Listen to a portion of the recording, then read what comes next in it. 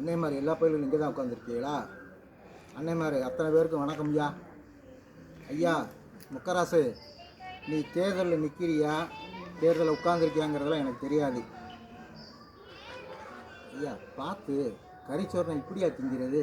நான் உங்ககிட்ட வந்து சாப்பிட்றதுக்கு வரலப்பா, உங்கள்கிட்ட சண்டை போடுறதுக்கு வந்துருக்கிறேன்.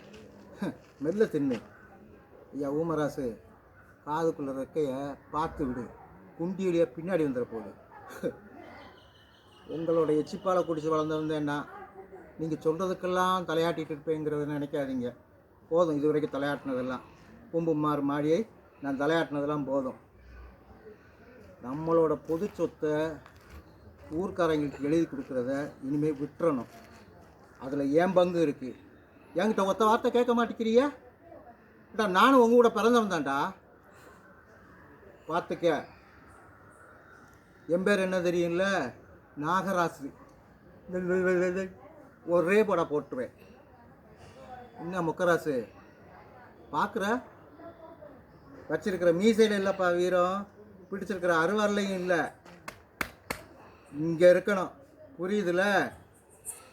சொன்னது நினைவு இருக்கட்டும். 3 பேருக்கும் பேர் நாகராசு. அருமை மீசை வச்ச வெட்டினாலும் அருவா வெட்டும்டா.